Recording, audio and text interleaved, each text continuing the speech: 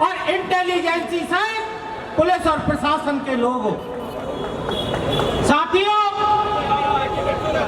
देश की आजादी के 75 साल बाद तक मूल ओबीसी के लोगों को, कुमार हो, नाई हो, सैनी हो, तेली हो, कुशवाहा हो, कनेरा हो, दर्जी हो, प्रजापत हो, इन लोगों के हक और अधिकार की लड़ाई के लिए राजस्थान ही नहीं, देश के विभिन्न प्रदेशों से आवाज उठ रही है।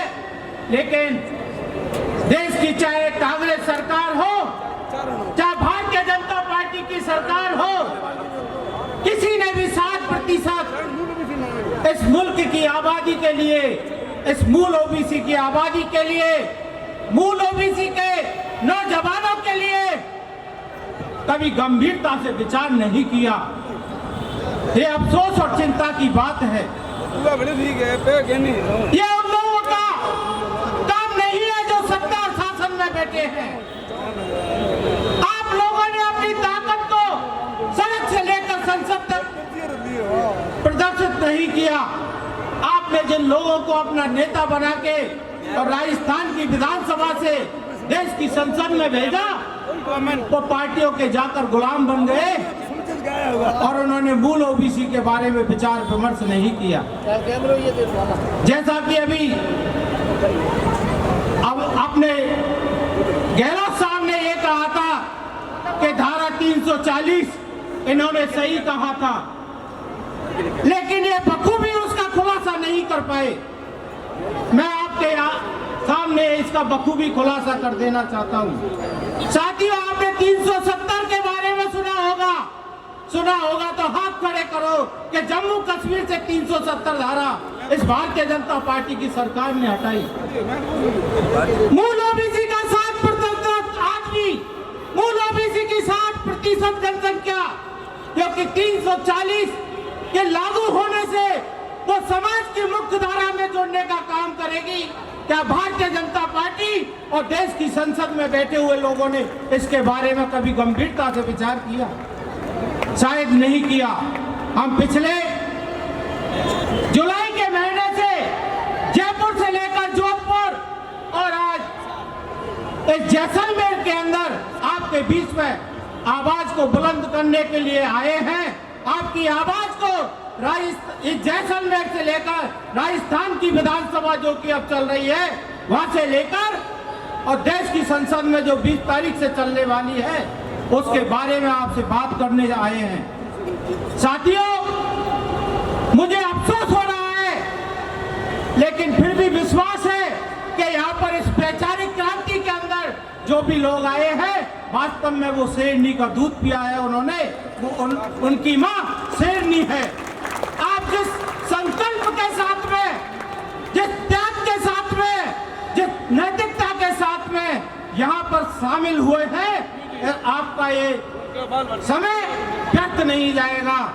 साथियों, अपने बच्चों को पढ़ाइए और जब भी मूल ओबीसी की आवाज आए उस आवाज में जुलूस के रूप में वहां पहुंचिए और युवाओं को अधिक से अधिक संख्या में अपने सम्मेलनों में, इन महोत्सवों में लेकर आइए। आज अफसोस हो रहा है कि युवा नहीं है। युवा जब जब इस देश का जागा है या संसार का जागा है, विश्व के अंदर परिवर्तन किया है। अगर युवा अनुशासित तरीके से आ जाता है तो विकास करता है, डेवलपमेंट कर सकता है। लेकिन अगर युवा डुगल मुगल हो गया, अनुशासित रहित हो गया, तो पूरी सृष्टि को तहस नहस कर देगा।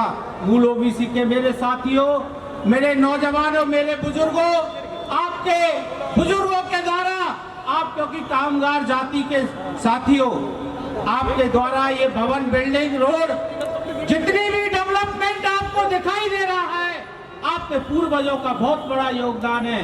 आप राष्ट्र निर्माता हो। आप यहाँ ऐसे ही नहीं बैठे हो, राष्ट्र का निर्माण करने वाले आपके बुजुर्ग हैं। मैं माता बहनों से निवेदन कर देना चाहता हूँ कि जितना बच्चों को आप महत्व देती हो उतना ही हमारी बहन बेटियों को भी महत्व दो।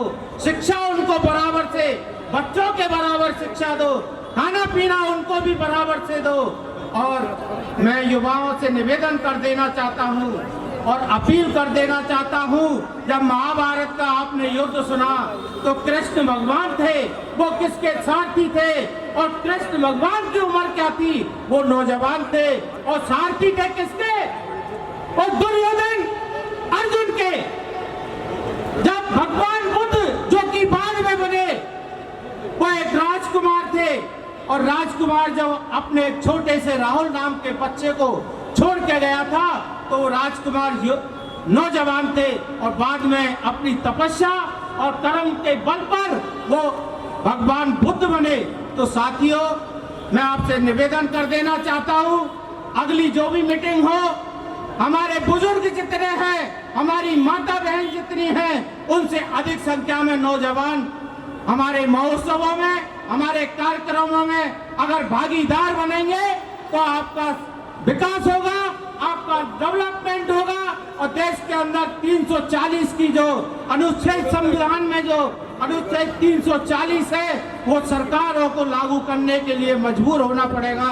इन्हीं शब्दों के साथ ओम श्री प्रणाम, ओम श्री प्रणाम। बहुत बहुत धन्यवाद।